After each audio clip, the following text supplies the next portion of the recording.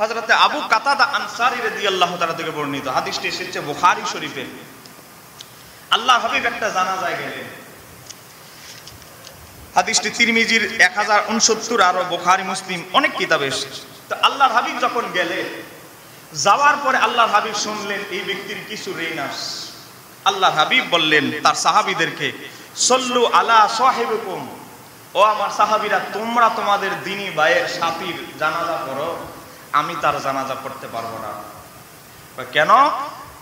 কারণ তার মুকদ্দমা, তার আমলের ফয়সালা আকাশ এবং জমিনের মাঝখানে ঝুলে আছে। তার ঋণ, সে ঋণগ্রস্ত অবস্থায় মারা যাওয়ার কারণে তার মুকদ্দমা, তার আমলের পাণ্ডুলিপি, হিসাব কিতাব আকাশ এবং জমিনের মাঝখানে ঝুলে আছে। তাই অতএব আমি তার জানাজা পড়াতে পারবো না। একজন সাহাবী ক্বালা আবু কাতাদা, হযরত আবু কাতাদা আল আনসারী, যিনি আনসারী সাহাবীদের একজন, হযরত আবু কাতাদা আনসারী রাদিয়াল্লাহু তাআলা, তিনি বললেন, হুয়া আলাইয়া, ওগো আল্লাহর হাবিব, আমাদের একজন দ্বীনি ভাই, তিনিও আমার নবীর সাহাবী, একজন দ্বীনি ভাই মারা গিয়েছেন। তার ঋণের যত ঋণ আছে, ঋণের দায়িত্ব আমি আমার কাঁধে তুলে নিলাম। একটু জোরে বলা যাবে কি? অথচ বংশীয় কোনো সম্পর্ক নাই, আত্মীয়তার কোনো সম্পর্ক নাই। একজন ইমানদার ভাই, দ্বীনি ভাই, মুসলমান সাহাবী, তার দায়িত্বের, তার ঋণের দায়িত্ব হযরত আবু কাতাদা আনসারী নিয়ে নিলেন। আল্লাহর হাবিব ইকরার করলেন, ফাকালা রাসূলুল্লাহ সাল্লাল্লাহু আলাইহি ওয়াসাল্লাম বিল ওয়াফাই, তুমি কি দায়িত্ব নিষ্ঠার সাথে নিয়েছো? আবার অনেকে আছে বুঝেন না, জানাজার মধ্যে আসলে বলে অসুবিধা নেই, আমার ভাইয়ের ঋণের দায়িত্ব সব আমি নিলাম।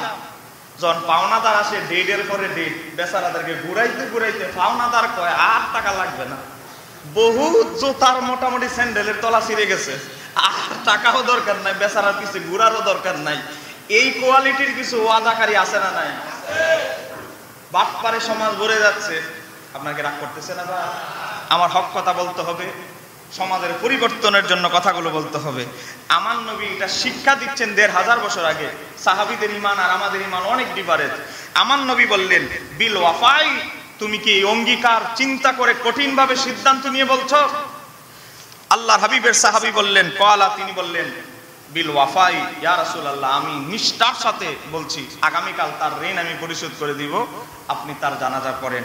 ফাসাল্লা আলাইহি, আল্লাহ হাবিব অতঃপর ওই সাহাবীর জানাজা করলেন। একটু জোরে বলেন না সুবহানাল্লাহ। এই দুইটা ক্ষেত্রে, আত্মহত্যা আরেকটা হচ্ছে কি ঋণগ্রস্ত, এই দুই ব্যক্তিদের জানাজা নবী কখনো পড়ে নাই। একবার পড়েছে, সেটা আরেকজনে ওয়াদা করার কারণে, যে আমি আগামীকাল টাইম দিয়েছি, পাওনাদারকে তাদের ঋণ দিয়ে দিব, এই শর্তে আল্লাহ হাবিব তাদের জানাজা পড়েছে। আত্মহত্যাকারীদের জানাজা আল্লাহ হাবিব অংশগ্রহণ করতেন না, প্রতিনিধি পাঠাতেন। প্রতিনিধি আবার কেমন? সিনিয়র লেভেলের, উঁচু লেভেলের সাহাবী যারা, তাদেরকে পাঠাতেন না, সাধারণ সাহাবীদেরকে পাঠাতেন। এই জন্য ইমাম আবু হানিফার ফয়সালা হলো, যদি আত্মহত্যাকারী মারা যায়, তার জানাজা হবে, গোসল হবে, দাফন হবে। শর্ত হচ্ছে কি, ইমাম, উচ্চ পর্যায়ের ইমাম আলেম ওলামা থাকবে না, সাধারণ একটা মোটামুটি ছাত্র মাদ্রাসার নিম্ন স্তরের আলেম, ছোটখাটো আলেম দিয়ে জানাজা পড়াবে। সমাজের সম্মানিত ঊর্ধ্বতন ব্যক্তি তার জানাজা অংশগ্রহণ করবে না।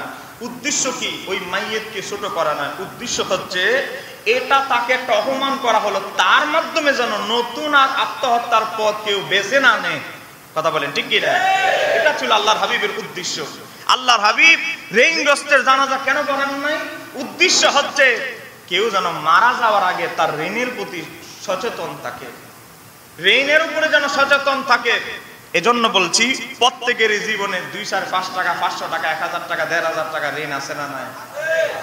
বন্ধু থেকে মজা করে আনছেন, দিতে ভুলে গেছে। এজন্য বলবো, মোরাকাবা করেন, মাগরিবের পরে চিন্তা করেন, আল্লাহর কাছে সাহায্য চান, তাদের ঋণ পরিশোধ করে দেন। যে কোনো মুহূর্তে এই ছোট একটা ঋণ আপনার জন্য বিষ পড়া কঠিন মুসিবত হাসরের ময়দানে হয়ে যেতে পারে। কথা বলেন ঠিক কি না? তো এবার আসেন, আর মুনাফিকদের জানাজা, এটা আল্লাহ সুবহানাহু ওয়া তাআলা সূরা তাওবার 84 নম্বর আয়াতে ডাইরেক্ট বলেছে যে মুনাফিকদের জানাজায় অংশগ্রহণ করবেন, ওটা ভিন্ন। দুই ব্যক্তির জানাজার ব্যাপারে আল্লাহ হাবিব কঠোরতা করেছেন। তাহলে আমরা বুঝতে পারলাম যে ঋণ এটা অনেক জটিল একটা জিনিস। এটা যদি দুনিয়াতে আপনি মাফ না করেন, মাফ না চান, তাহলে এজন্য উচিত কেউ ঋণ করলে অন্তত তার স্ত্রীকে বলা উচিত, তাদের সন্তানকে বলা উচিত। অনেক ব্যক্তি ঋণ করে, ঋণ করার পরে ব্যস্ততার সাগরে মারা যায়। মারা যাওয়ার পরে ঋণ যিনি পায় সেও হয়তো চায় না, এভাবে সে মারা গেল। এই মারা যাওয়া কিন্তু তার জন্য অনেক বড় বিপদ বয়ে ডেকে আনবে। কথা বলেন ঠিক কিনা? দেখেন, কিছু ঋণ, এজন্য প্রত্যেকটা ঋণ আপনি পরিবারের সাথে ডিসকাস করা, আলোচনা করা উচিত। আপনি হঠাৎ মারা গেলেন, আপনার ঋণের ব্যাপারে ছেলে জানে না, দূরের একটা মানুষের সাথে ঋণ করলেন, ওই লোকটা অতবার ভিন্ন দেশের, আপনি দেশের এক প্রান্তে টেকনাফ থাকেন, লোকটা হয়তো দেশের আরেক প্রান্তে, যোগাযোগ বিচ্ছিন্ন। এখন এই অবস্থায় আপনি মারা গেলেন, অথচ আপনি স্ত্রীকে বললেন না, সন্তানকে বললেন না। এখন এই অবস্থা মারা গেলে এটা অনেক বড় মুসিবত বয়ে আনতে পারে। এজন্য আমাদের উচিত আমাদের মোটামুটি ছোটখাটো ঋণগুলো, আমাদের ব্যবসায়িক ঋণগুলো স্ত্রীদের সাথে, সন্তানদের সাথে আলোচনা করা দরকার। আছে না নাই? জোরে বলেন আছে না নাই? না হলে মুসিবত বয়ে আনবে। গোটা জীবনের আমল দিয়ে বেচারা রে আপনি যেতে হবে দুজকে, বেচারা যাবে নাচতে নাচতে জান্নাতে।